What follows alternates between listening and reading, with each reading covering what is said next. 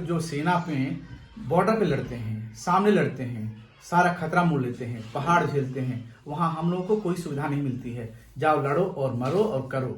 जय हिंद साथियों, मैं कैप्टन आजाद इलाहाबाद से। आज हम पुरुषोत्तम पांडे जो हमारे वेटनेस इंडिया के इलाहाबाद के अध्यक्ष हैं, आज उनसे मैं मुखातिब हूं और उनसे मैं बात करूंगा वन रैंक वन पेंशन के बारे में। तो सर, पुरुषोत्तम सर जी, ये बताइए कि आप फौज में किस रैंक से रिटायर हुए? मैं सेना से आर्मी एएमसी से नायक रैंक से 17 साल में रिटायर्ड हूँ। अच्छा, आप एएमसी में थे जी। अब ये बताइए कि जो आप अपने बारे में थोड़ा बता दीजिए और उसके बाद मैं क्वेश्चन करूंगा। मैं वेटरन्स इंडिया प्रयागराज अध्यक्ष डॉक्टर पुरुषोत्तम पांडे 19 तारीख मार्च महीना 2023 हमारे पर्यवेक्षक श्री अनिल कुमार त्रिपाठी जी के आवास पे आज वेटरन्स इंडिया प्रयागराज जिला का बैठक और होली मिलन समारोह था, जिसमें प्रयागराज जिले से हमारे बहुत सारे फौजी भाई जो भी हैं आए थे। और हमारे वेटरन्स इंडिया प्रयागराज के वेटरन्स इंडिया के दिल्ली से फाउंडर और प्रेसिडेंट हैं विनय कुमार मिश्रा जी, हमारे संरक्षक हैं श्री जेडी बख्शी साहब। और इस कार्यक्रम में हमारे वेटरन्स इंडिया के प्रयागराज से काफ़ी लोग आए थे। सबका चर्चा तो नहीं करते, जिसमें बालकृष्ण पांडे साहब, हमारे पर्यवेक्षक राष्ट्रीय श्री अनिल कुमार त्रिपाठी साहब, हमारे कैप्टन जेडी बख्शी साहब मीडिया प्रभारी, हमारे मीडिया पर अनिल कुमार सिंह साहब, हमारे कोषाध्यक्ष श्री आदित्य कुमार सिंह साहब जी, और इस तरह से पीएन ओझा जी, ऐसे तिवारी साहब थी कि जो सरकार हमें OROP का जो फ़ायदा देना चाहती है उचित तरीके से नहीं दे रही है, सही नहीं दे रही है।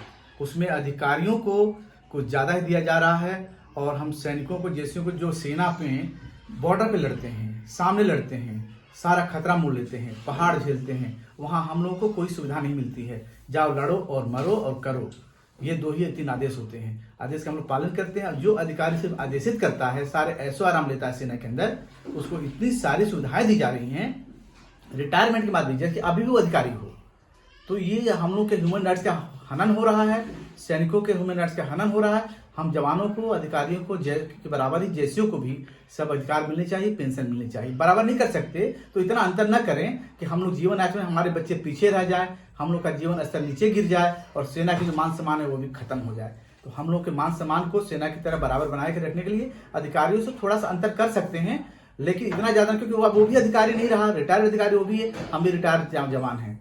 हम लोग को न राशन मिलता है, न कोई किसान का सुविधा मिलता है, किसान के पैसा मिला वो भी नहीं मिलता है। सैनिकों को सब कुछ से वंचित कर दिया जाता है। फिर सैनिकों को मिल क्या रहा है?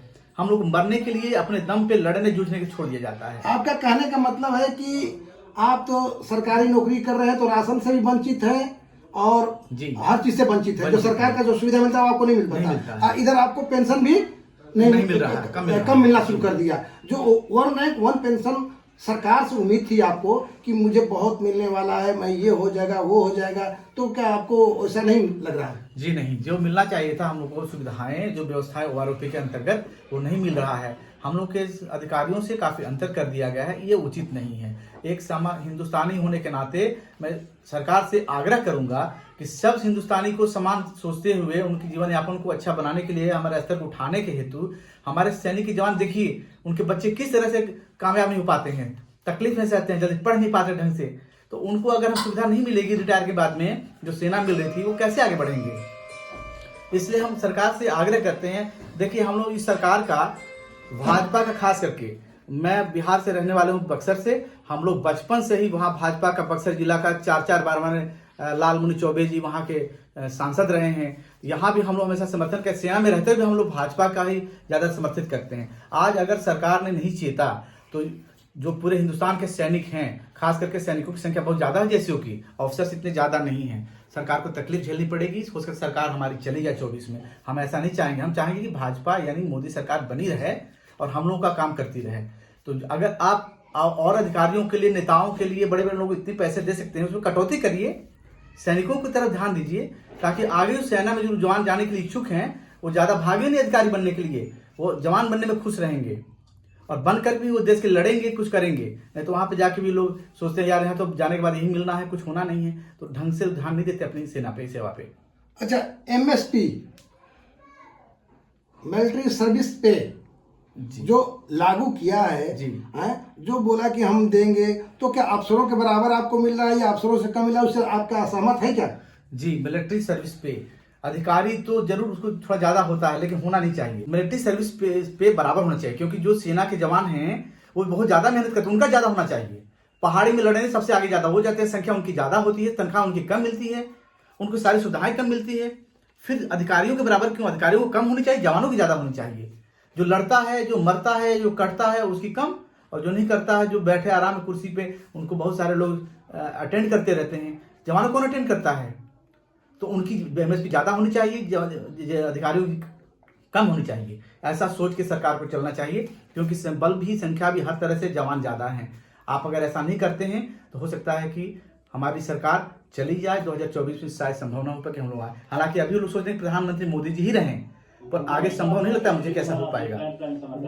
इसलिए आग्रह करूंगा कि सरकार, खास करके हमारे प्रधानमंत्री मोदी जी और रक्षा मंत्री साथ अमित शाह जी पे गौर करें। मैं अपने सरकार का विरोधी नहीं हूं, सरकार का समर्थक हूं, पर यहाँ मजबूर होकर मैं जनता का मूड देख के, मन देखकर बात कह रहा हूं कि ऐसा करना संभव नहीं है।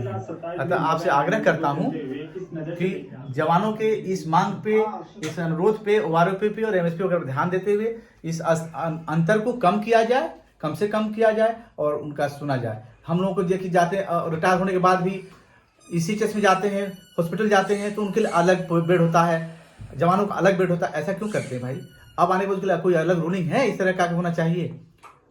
इसे हटाएं। अब हम लोग ABC में नीचे आ जाते हैं, जवान जिसके ऊपर ध्यान देंगे तभी तो ऊपर उठेंगे, नहीं तो यही वोट देंगे, ये वोट नहीं मिलेगा। अच्छा, ये बताइए कि जंतर मंतर पर दिल्ली में आपके सैनिक बैठे हुए हैं, और मैं भी एक आर्मी से हूं, मैं देखता हूं, लेकिन अभी तक मीडिया वालों ने ये चीज नहीं बताया कि क्या नाम है, धरना यहाँ चल रहा है जंतर मंतर पर या कुछ इसके बारे में, सिर्फ सोशल मीडिया पर ही चल रही है। तो क्या आप इसके बारे में क्या बताएंगे? जी, सरकार के दबाव में रहती है मीडिया, सरकार के दबाव में रहती है, खासकर सरकारी मीडिया।